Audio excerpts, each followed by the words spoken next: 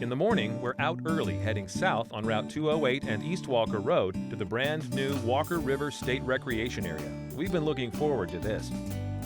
Randy Gittner is the park supervisor, and he's waiting to welcome us. Good morning. Good Thanks morning. for meeting us out here. Thank you for coming. What a beautiful facility this is. It is not bad. It's like when you drive in here, it's like you can see you're going to someplace special with that tree-lined drive. A little oasis. What a cool spot. And I can see that you've got planted trees along the way here. It feels like a brand new place. So the visitor center was the original ranch house. We've converted it into the visitor center. You walk down the halls and you'll see the big open wide halls. Those were art galleries almost. The people that owned it before had art on the walls, and before we painted some of the walls, you could see the old outline where they had a big piece of work up on the wall. It's suited for a visitor center right now because we have maps up there, we have a lot of things you can check out in there. And I imagine really it's a destination you can come any time of year and really enjoy the beauty of it. Yes, some of the facilities we have will accommodate the all year round camping experience. We have full hookups, so if you want to come in the middle of the summertime when it's really, really warm, you can turn your air conditioner on if you have a nice RV with one of those. Fall and spring when it's really nice out, we have the primitive campground, our Riverbend campground. We're a little bit more primitive. We still have flush toilets out there, but you don't have to necessarily expect and need the water and power hookups right there at your site. Well, I know there's what they call a water trail. I've seen the maps inside the visitor center there. We are going to follow that trail today. It is a nice way to get from top up here down to the park. So how many miles are we going to be kayaking? About 6 miles today. And so do you guys have plans for more? Oh yeah, we have big plans to expand. So if you look at a map of the park, we extend along the East Walker. We have parcels all along here. We want to connect them at some point. So ultimately, the water trail that's now 6 miles will be how long? 50 miles. I don't think my arms are ready for that yet, but I think I can do 6 miles. That'll be a lot of fun.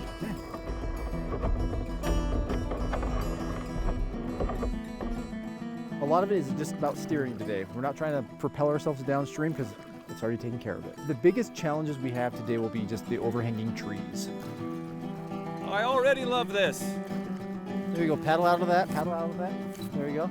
So your kayak might rub a little bit here in the shallower water. Okay. It's okay. Just try to keep your nose pointed down. Well, I did that wrong. Turn around, there you go. Ah! Paddle, other side, other side. There you go. Oh, you're right in the current, right. Paddle on the other one. Okay there? Paddle that way. Other side, other side. There you go. Other side? It'll spin you back. Woo! Right here by you. It's coming. No, don't paddle. Do your brake. Just put it in there. Brake on the other side. Just brake. So brake is just like that. Good. Hey, at least I got out of it. Hey, that was pretty good.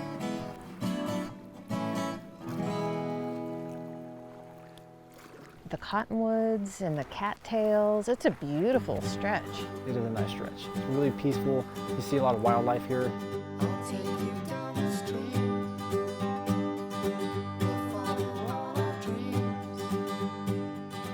The current is not too difficult, and with the easy pace we're keeping, I'm able to get a feel for the kayak and the river.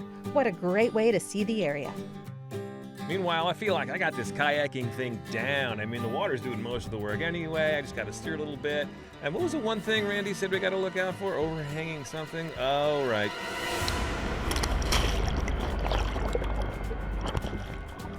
That's what I get for not paying attention. I deserved it. I got into a bush and it was just all on me, and I realized as I leaned to get out of the way that I've gone too far, and I went over.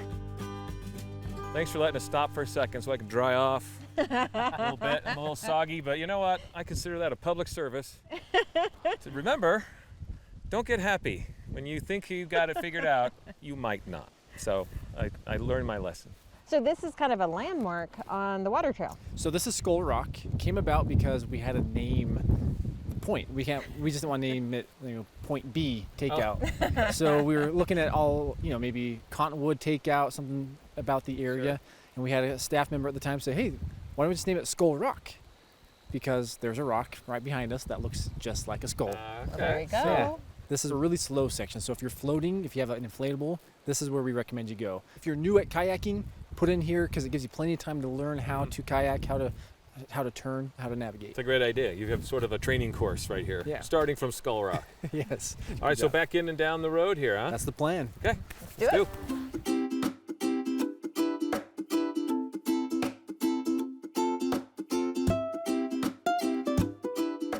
Here at the north end of the trail, we pass the sunflowers and the scenery changes as the overhanging trees and bushes give way to tall grass and cattails.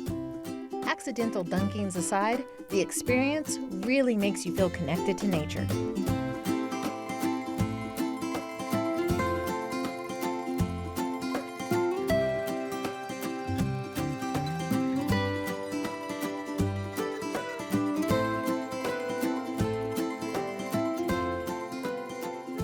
We ended at the Riverbend takeout.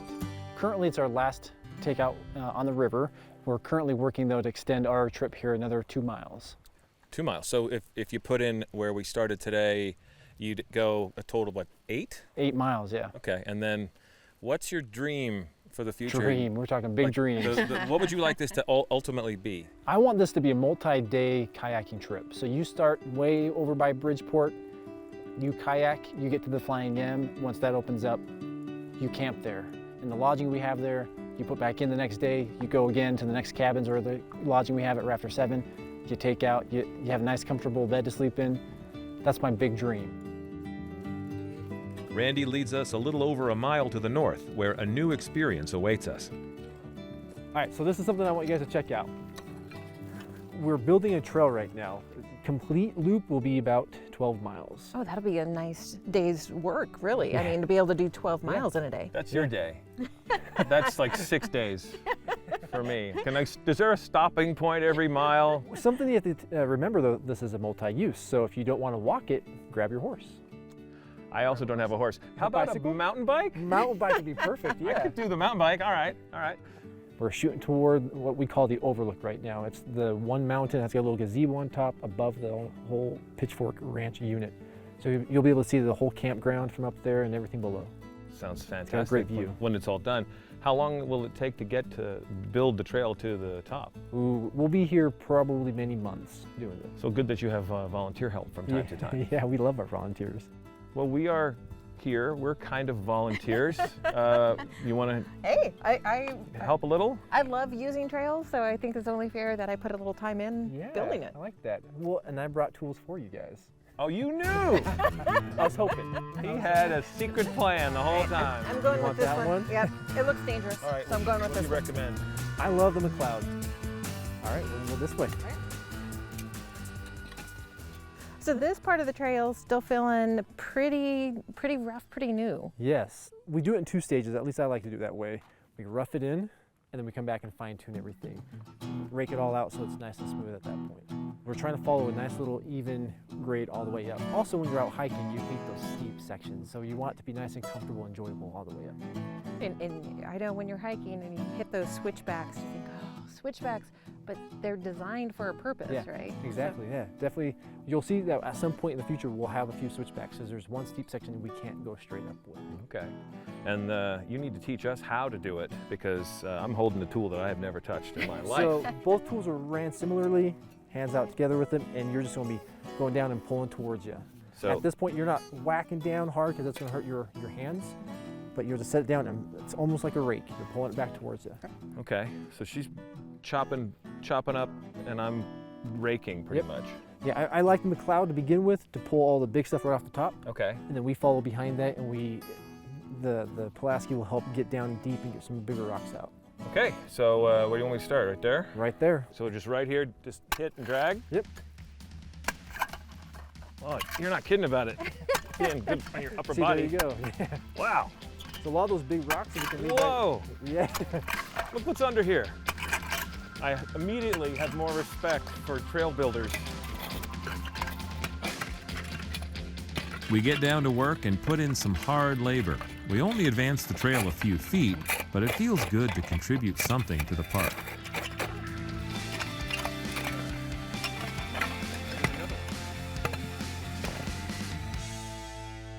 So this will eventually go up this slope, and then that very peak at the back, that's where it's going to end up. On the backside of that, yes. It goes even higher past that peak. Oh wow, it'd be fun to see from up there. What's it gonna look like? Let's go check it out. Yeah. Oh, we could go look at it? All go. right. Can we take a break from carrying our tools? Yes, we can leave these right here. It's a lot harder without a trail. Somebody should dig one here or something. We only knew a couple of people. This is the overlook. This is above the whole park. You get quite the view. It's incredible. It's a gorgeous view. I can see the visitor center from here and then this big lush green field. So these are all the alfalfa fields. We're still in active ranching right now. But it's gorgeous that you get such a panoramic, not only the park, but the valley and the landscape beyond. It's really nice. It captures a lot. The park itself, you're looking at almost 50 miles long. You cannot do it all in one day. Well, I'm looking forward to coming back and getting to see more of it. I think it definitely, we've just scratched the edge of it. You definitely have. Yeah, well, thank you for showing us as much as we've seen, and maybe we'll see you again. I hope so.